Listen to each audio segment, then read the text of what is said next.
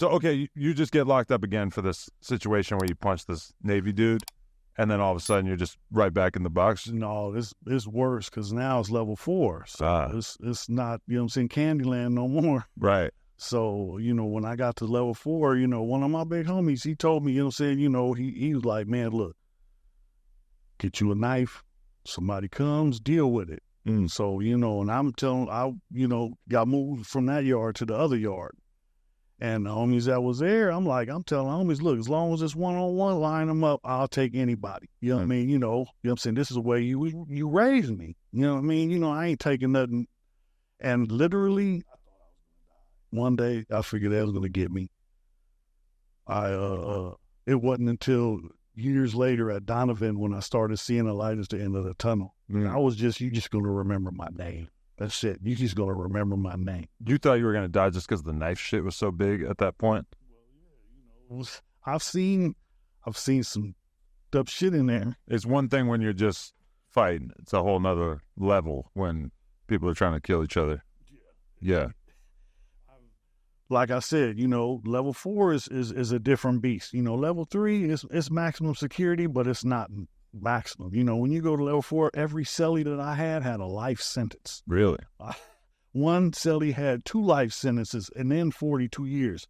It's like, damn, you got to die twice and then come back and give them another 44 years. Jeez. And did you feel like it kind of affected your mentality on the whole thing because of the fact that, like, you're only in there for what? You had 8 years? 9 years? I had 9 years. I didn't want to tell nobody. Right. Because there's people in there, like, literally, I knew a guy who would set shit up. He would leave a cup somewhere for somebody to mess with it. When you mess with it, now you owe. So you either pay or this, you know what I'm saying, and he has nothing else to do. Right. So it was just obvious to you that you're kind of surrounded by the worst of the worst, the people who've got nothing to lose in here and are willing to just come up with the most sadistic plots to just get some shit going. That's the thing, you know what I'm saying, because it was people that were in my face, whites, and everybody, the whole yard is telling me this dude is undercover AB. He's the one telling everybody to get you. But when I speak to him, that's not me, Joey. That's not me, Snow. Was he just lying, or do you think everybody else was confused? He was lying. Right. He was, you know what I'm saying, he don't want, you don't never want nobody to know. You know what I mean? And he was, you know what I'm saying, pulling the strings from the back. At the time, I didn't, you know what I'm saying, it was a lot. So you were in a level 4 situation for those whole 9 years, or how much time did you end up doing? 4 years. 4 years, okay. Level 4 for 4 years, and then they moved me to Donovan. Okay. Okay. And Donovan was lovely, like I said, because of all the party favors. Literally, one time in a male situation, I had something about half pound of marijuana sitting. Right. Not to me, but to someone else that I could get it and pick it up. And so you were taking part in the weed as well, or you were just selling it?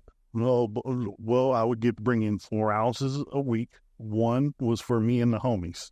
3, you know what I'm saying? Right. And, did that just make the whole thing like a lot easier? How are you smoking weed when you're in there? Because I've seen some pretty smoke, and it was a lot of stuff. The cops, you got, you know what I'm saying? You got cops that let shit slide. You got cops that know what's going on. You got cops that assist. Right. But you got to know which ones are which, because they're not going to tell on each other. Mm-hmm. But, you know what I'm saying, if one wants to bring something in, hey, I'm fishing. I stay. Don't let me hook you. All right. Would you say that the average CO in those situations is closer to being like as f***ed up as a street dude or a gangster, or closer to being a choir boy? No. The choir boys don't last too long in there? It's not a job you would really want to have if you were a choir boy, right? Well, no, see, that brings up a bad situation. Oh, man, a kind of sick story, but you know what I'm saying? There was a priest in Donovan who got caught, you know what I'm saying, sucking somebody up in the chapel, inmate. Really? Yes. Wow, these priests, man. What the Yeah. That's crazy. Okay. Usually I don't appreciate when I'm watching like a prison channel and the interviewer seems like he's got a little bit too much of an obsession with the gay shit. But did you witness a lot of that going on? There. Yeah. There. So you have to, you know what I'm saying, I'm cool, you know what I'm saying, but hey, it's out there. And I'd like, you know what I'm saying, I swear it was a famous homosexual, we call him a Saguni, right? And the Saguni did laundry. So, you know what I'm saying, I'll pay you to do my laundry. I'll give you some weed, you know what I'm saying, you wash my sweats. The punk gave me my sweats back with creases in them. Sweatpants with creases in them. That's odd. Yeah. But, you know what I'm saying, my visiting shirts and stuff like that, they, you know what I'm saying, crease them up, extra, you know, get your shoes, got somebody that shines boots and, you know what I mean, so you go out there looking your best. What does that do to you mentally when there's a guy that you respect who seems like he's a G, and then you find out he's out here other inmates? Is it like hard to still look at them the same way, or?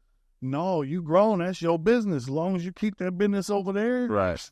Hey. Give me a percentage. What percentage of guys who are like doing life end up with that shit? Well, that's the thing. See, when I was in level 4, you know what I'm saying, I had my homie, you know what I'm saying, and he was like, man, you know what I'm saying, never say never, because, you know what I'm saying, he got life. And now, you know what I'm saying, he's stuck. He ain't never going to get out. He's out now. Right. He's got out. But, you know what I'm saying, this was back then when we was going through it, and he's like, man, never say never.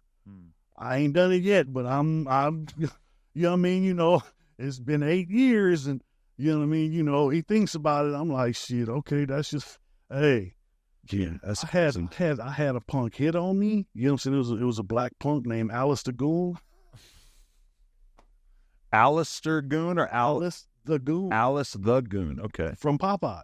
Okay. I do remember watching a lot of Popeye as a kid. Yeah, but yeah, Alice the Goon. Oh, Alice was the girl, right? Well, no, that was Olive Oil. Oh, Olive Oil, right there. The Goon, Alice the Goon was a big old, you know what I'm saying, ugly girl. Okay, I kind of remember that. Yeah. So Alice the Goon used to do people's hair. I kept my hair braided. I was bald from here, but I had hair around here. And my thing was, look, if there's a riot, don't hit the white boy with braids, because I always had braids in my hair. But it was a joke, because the homie was like, man, cut that shit off. You know what I mean? Calling me Hulk Hogan and shit. He hate that shit. Oh, man, that's funny. But, yeah, I've heard people throw out numbers that like 90% of dudes who are in there for long stretches will end up doing that. I can't imagine 90. 90 sounds crazy. I don't think so, because if you go to like I was on GP and not the S and Y part. So the S and Y is like over, you know what I'm saying, run with, I guess he, she's or whatever. Right. And they talk, you know what I'm saying, I guess you have to go in the cell with, you know what I'm saying, whoever they put you in with, and it's a lot of stuff. I don't know how that goes, but when I was in there, we was GP. We wasn't having it, and like I remember one time, you know what I mean, the young homies, you know what I'm saying, boo bop one of the other homies because he was messing with one of the punks. Right. You gotta go. We don't get down like that. Right. So, you know what I mean, that's this, if you're active, you know what I'm saying, I don't want, you know what I'm saying, we out here sharing some pruno or something. I don't want to share with you. I don't know what you I don't know what you just did up in the cell with that dude. Okay, but the craziest shit that I heard, I did an interview recently with this, it's a woman to man transsexual named Buddha G from Chicago, a GD from out there. And so he's been on testosterone for a number of years now, full beard, everything. Do you, whatever you want to do, go ahead. But he's describing how while they were locked up, I know this is confusing, I'm saying he, but then they were locked up in a women's prison, but basically said that like some serial killer was like locked up in the same prison, a dude, and at one point he decides, I want to become a woman, so he gets on estrogen, and they're basically like giving him all the shit that would make him less of a man and make him more like a woman. They put him in the woman's prison, and then I can't even remember the details, but he ends up doing something up, some kind of crazy rape, assault, whatever it is, to one of the women in there. And this person who is part of that community to whatever extent, told me that that is a real thing that actually happens in that prison, is that men are getting put into the women's prison just by getting on hormones.